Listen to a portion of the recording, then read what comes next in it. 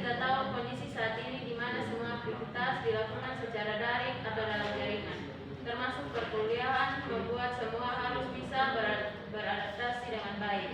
Tentu saja sekolah yang dilakukan secara daring suasananya berbeda dengan sekolah yang dilakukan secara luring.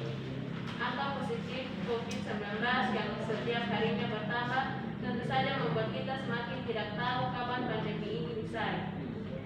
Pihak sekolah atau pihak yang bersangkutan tentu berpikir dua kali jika mengizinkan pembelajaran secara luring atau yang dikenal dengan istilah pembelajaran tatap muka. Dalam pembelajaran daring, kita bisa melihat pada sisi positifnya, yaitu pembelajaran daring bisa membantu atau mendukung peraturan kurikulum 2013, yaitu bukan guru yang lebih banyak berbicara ataupun melakukan aktivitas, namun siswa yang ditekankan agar banyak berbicara, agar bisa membantu karakter siswa yang awalnya pemalu menjadi pemberani, yang lemah lembut menjadi tegas, dan siswa yang kurang berwibawa bisa menjadi berwibawa. Terus bagaimana dengan siswa yang tidak aktif dalam mengikuti pembelajaran secara online? Baik, kami akan menjawab tanggapan dari tim kontra. Baik, pertanyaan Anda bagaimana dengan siswa yang kami akan menanggapi tanggapan dari pertanyaan dari tim kontra, yaitu bagaimana dengan siswa yang tidak aktif dalam pembelajaran online. Baik, dalam pembelajaran daring atau dalam jaringan, setiap pemateri atau pembelajaran dapat kita terima itu menjadi kewajiban bagi setiap kita, dan itu tergantung dari setiap murid.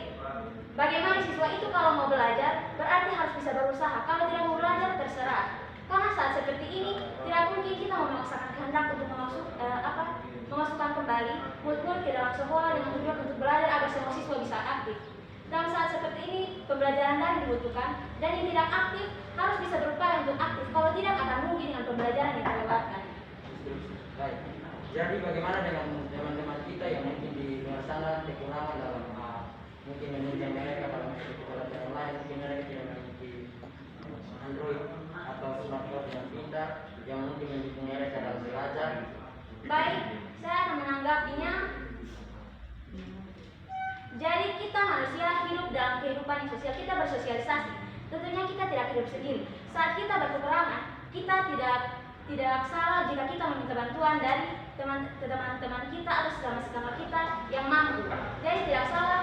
Ya baik, saya ingin menanggapi bagaimana dengan siswa-siswi yang pada saat ini mudik dan pulang kampung dan tidak mendapat sinyal, seperti yang kejadian baru-baru terjadi, sinyal tidak ada, jadi siswa tidak bisa melakukan pembelajaran online dengan baik. Menurut kalian? Baik, dapat kita ketahui bahwa anjuran dari pemerintah untuk tidak melakukan mudik.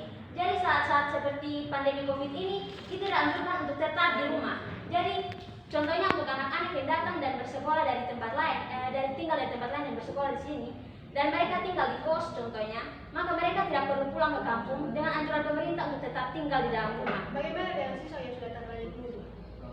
Yang sudah terlanjur mudik harus bisa berusaha, dan pastinya guru tidak tinggal diam. Banyak guru yang berusaha untuk memberitahukan murid melalui teman-temannya atau mungkin melalui tetangga yang ada untuk memberitahukan murid bahwa dia tidak mengikuti. Tapi banyak siswa yang lalai.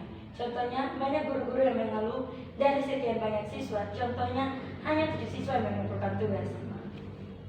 Hal itu dikarenakan siswa kurang memiliki minat dalam diri.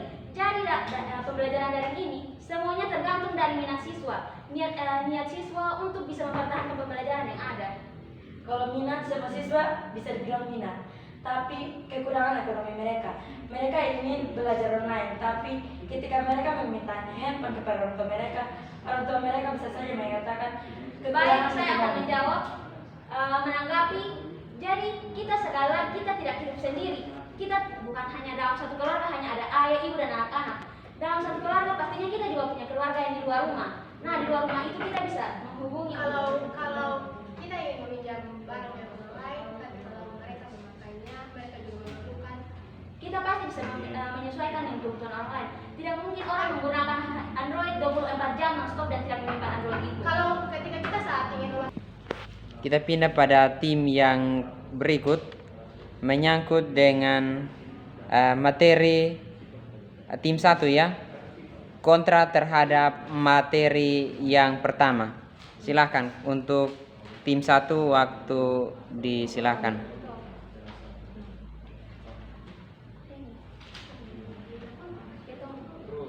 Baik, mosi yang akan kita bahas pada saat ini yaitu COVID-19 merupakan virus yang tidak nyata atau konspirasi. Dari mosi ini kami mengambil dua kata kunci yaitu COVID-19 dan konspirasi. Dari kata kunci pertama COVID-19, nama lainnya yaitu virus corona atau biasa disebut dengan SARS-CoV-2, adalah virus yang menyerang sistem pernapasan manusia.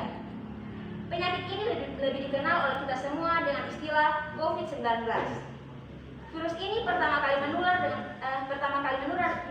ditemukan di kota Wuhan, Cina pada akhir Desember tahun 2019.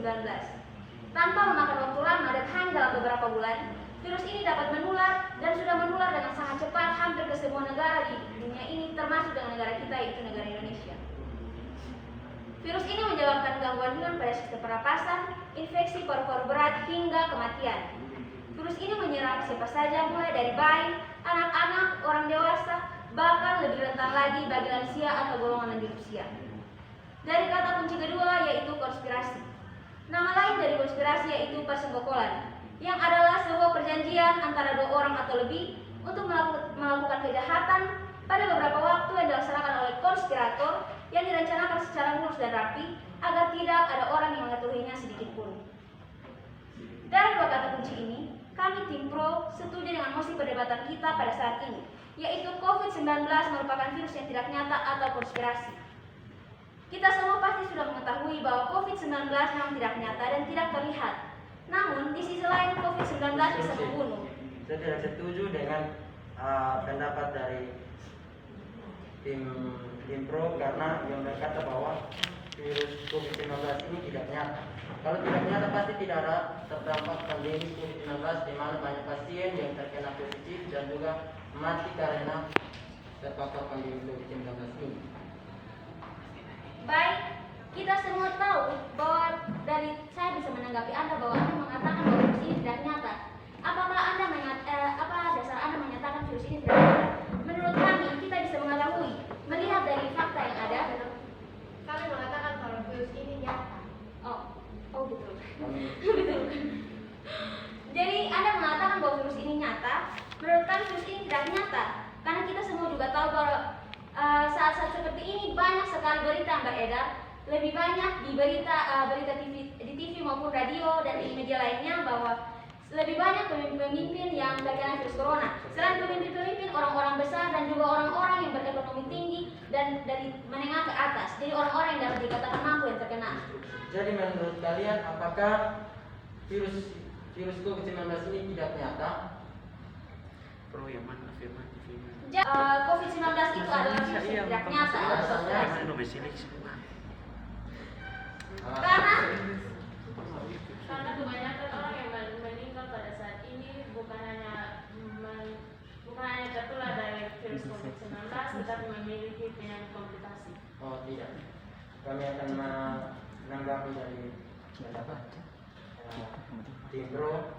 Sebenarnya bukan saja itu, tapi memang karena ketidakketaatan mereka di protokol kesehatan dan melanggar dari Jadi pertanyaan saya kembali kepada Anda. Anda menganggap bahwa COVID-19 itu nyata atau tidak? Kami menganggap bahwa COVID-19 itu nyata. Lalu Terbukti bahwa pandemi saat ini membuat banyak sekali keterlambatan dalam berbagai aktivitas dan kegiatan. Tetapi kenapa pemimpin yang besar, orang-orang besar yang terkena itu? Mungkin karena mereka sering berpergian keluar kota. Karena mereka pekerjaan mereka bukan hanya duduk diam di dalam ruangan, mereka juga harus Beradaptasi dengan masyarakat. Tapi pada saat pada awal COVID-19 menyerang,